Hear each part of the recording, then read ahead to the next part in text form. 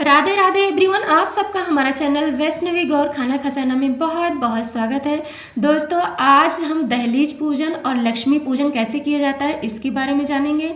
जैसे कि दोस्तों की पता है कि कार्तिक मास जैसे ही पूर्ण होता है, ये अगहन मास हमारे लिए काफ़ी खास हो जाता है। जैसे ही कार्तिक मास होता है उससे ज़्यादा खास अगहन का महीना होता है, क्योंकि इसमें देवउठनी एकादशी के बाद में भगवान जागृत हो जाते हैं और उनकी पूजा अर्चना की जाती है। उनकी पूजा के साथ साथ में माँ लक्ष्मी का भी पूजन किया जाता है। माँ लक्ष्मी के पूजन के लिए हम द्वार पूजन या दहलीज पूजन भी कहा जाता है। इसको करने से माँ लक्ष्मी प्रसन्न होती हैं, आपके घर में पधारती हैं और आपके दुख दरिद्रता का निवारण करती हैं। तो आज हम दहलीज पूजन करने वाले हैं और आइए जान लेते हैं कि देख लेते हैं कि दहलीज पूजन कैसे करना है आपको माँ लक्ष्मी को प्रसन्न करने के लिए। इसमें क्या क्या तैयारी करनी पड़ती है और क्या क्या सामान लगता है। तो दोस्तों, दहलीज पूजन आप कई प्रकार के कर सकते हैं। यहाँ पे माँ के चरण भी बनाकर कर सकते हैं या फिर कलश स्थापना भी करके कर सकते हैं। तो मैं जिस प्रकार से करती हूँ आज वही वीडियो आपके साथ में शेयर करने वाली हूँ। तो सबसे पहले दोस्तों, दहलीज पूजन करने के पहले हमें जो है इसको कलश को स्थापन करना होता है। कलश को स्थापित करने के लिए सबसे पहले हम क्या करते हैं, पीतल का बर्तन ले लेते हैं, क्योंकि माँ को पीतल के बर्तन और तांबे का बर्तन अति प्रिय होता है, इसलिए आप पीतल का बर्तन ले लीजिए। और मनी प्लांट के पत्ते ले लीजिए। यदि आपको पान के पत्ते मिलते हैं तो बहुत अच्छे हैं, यदि आपको पान के पत्ते नहीं मिलते हैं तो आप मनी प्लांट के पत्ते ले लीजिए, क्योंकि ये भी माँ लक्ष्मी का स्वरूप ही माना जाता है। तो इसलिए हम मनी प्लांट के पत्ते ले लेंगे और सारे पत्ते को जैसे मैंने सजाया है इस तरह से सजा लेंगे। बीच में एक पत्थर की चौकी रख लेंगे। चौकी को रखने के बाद हम इसमें क्या करेंगे, जल प्रवाहित कर देंगे, जिससे इसमें कलश स्थापना करने के लिए हमें आसानी हो। और इस तरह से करने से, जल भरकर कलश करने से, स्थापित करने से माँ लक्ष्मी अति प्रसन्न होती हैं और आपके घर में बहुत ही शीघ्र पधारती हैं। तो दोस्तों, इस तरह से कलश स्थापित करने के लिए हम ये तैयारी करते हैं। तो देखिए, मेरा थाली जो है पूरे अच्छे से डेकोरेट हो चुका है। इसमें पत्थर का मैंने जो है चौका रख दिया है। अब इसमें हम स्वास्तिक यंत्र बनाएंगे। यदि आप स्वास्तिक यंत्र बनाना चाहते हैं तो स्वास्तिक यंत्र बनाएं, या कोई आप रंगोली बनाना चाहते हैं तो वो भी बना सकते हैं, क्योंकि माँ को रंगोली बहुत प्रिय है दोस्तों। लेकिन ये चौके पर माँ के चरण ना बनाएं, क्योंकि इस पे हम कलश रखेंगे। तो देखिए दोस्तों, ये मेरा स्वास्तिक यंत्र बनकर तैयार हो चुका है। और ये देखिए, इसमें हम क्या करेंगे ना, इसमें हम पीले कलर की बिंदी रख देंगे, क्योंकि माँ को लाल पीले रंग अति प्रिय है, इसीलिए उनको लुभाने के लिए हम लाल पीले रंग का ही प्रयोग करते हैं। तो देखिए, मेरा स्वास्तिक यंत्र बनकर तैयार हो चुका है। अब हम क्या करेंगे, कुछ फूल के छींटे कर देंगे और यहाँ पर कुछ फूल और गुलाब की पंखुड़ियों से इनको किनारे किनारे डेकोरेट कर देंगे, जिससे माँ को गुलाब अति प्रिय हैं और हम उनको रिझाने के लिए हर प्रयत्न करते हैं। तो देखिए दोस्तों, ये मेरा कलश स्थापित करने के लिए बहुत ही सुंदर से थाल तैयार हो चुका है। अब हम इसको ले चलते हैं मुख्य द्वार पर।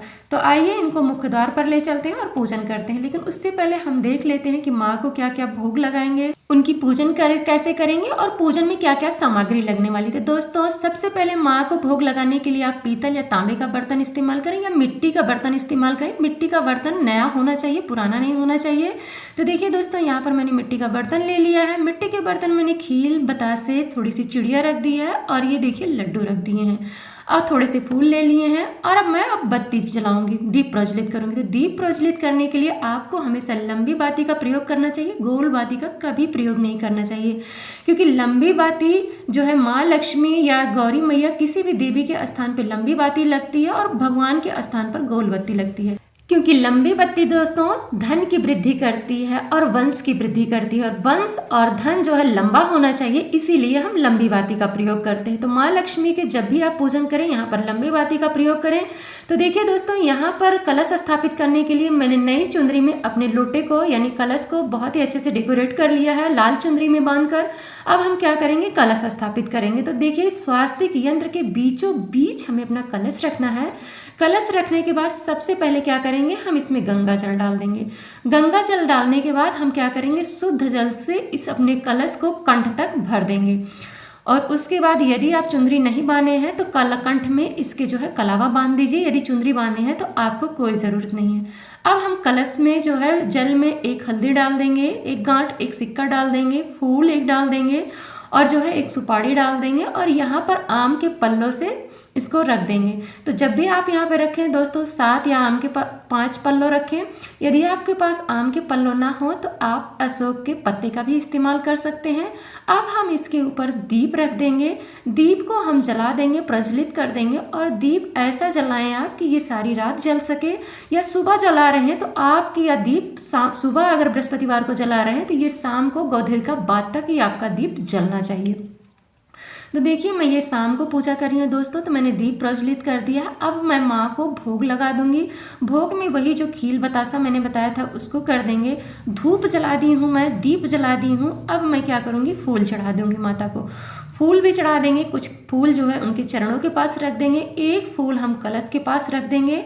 इस तरह से धूप दीप जलाकर दहलीज पूजन यानी माँ लक्ष्मी की पूजन करेंगे। हाथ में गंगा जल लेकर कलश को आचमनी करेंगे और माता से प्रार्थना करेंगे, हे माँ भगवती मेरे घर पधारिए, जो कुछ रूखा सूखा भोग लगा है उसे ग्रहण करिए, अपना शरणागत जानकर मेरा उद्धार करे, कल्याण करे। हे माँ भगवती मेरे दुख दरिद्रता का नाश करें, सुख समृद्धि का वास करें। हे माँ भगवती मुझे जो पूजन पाठ में गलती हुई होगी मुझे क्षमा करें। तो दोस्तों ये रही मेरी दहलीज पूजन। हमें उम्मीद है दोस्तों कि आपको हमारी ये दहलीज पूजन अच्छी लगी होगी।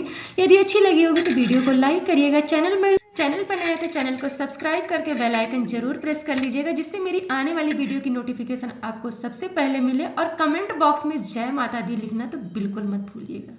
राधे राधे।